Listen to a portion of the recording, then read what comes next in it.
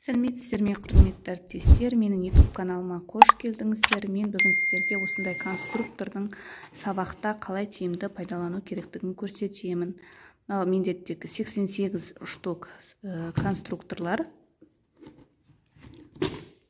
Қазір мен сіздерге осындай ұсақ конструкторлар бар. Осыны сабақта тиімді қолдануды көрсетемін. Мысалы, біздерде сандарды өткен кезде математикада, әсіресе бірінші сыныпта осы конструктор әдісін пайдалануға болады. Яғни бұл не үшін керек сабақта? Бұл біріншіден түсін қараңыздар, қандай яркий түс, ашық түстер өте балдарға бірден көзіне түседі және бұған балдар қызығады. Бұл түстерге енді осы сіз балаларға бересіз, әр оқушыға мысалы сандарды өткен кезде бересіз. Осыдан оқушы сан құрап шығару керек. Мысалы, бір сан өткен кезде бір сан оқушы құрап шығу керек. Мысалы, қарапайым осындай фигураларын аламыз. Бұларды бір-біріне біріктіреміз. Мінекей.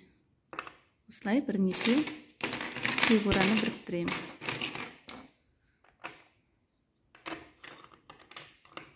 Мінекей.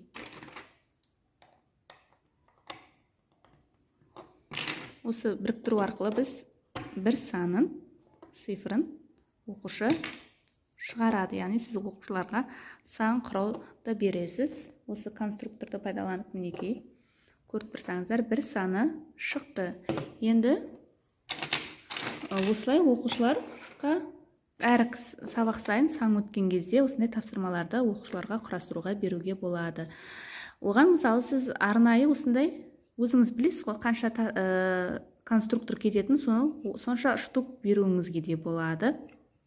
Оқушы содан сол санды құрастырып шығу керек. Бұл біріншіден оқушылардың ұсақ қол моторикасын дамытады, екіншіден олардың логикалық ойлау қабілетін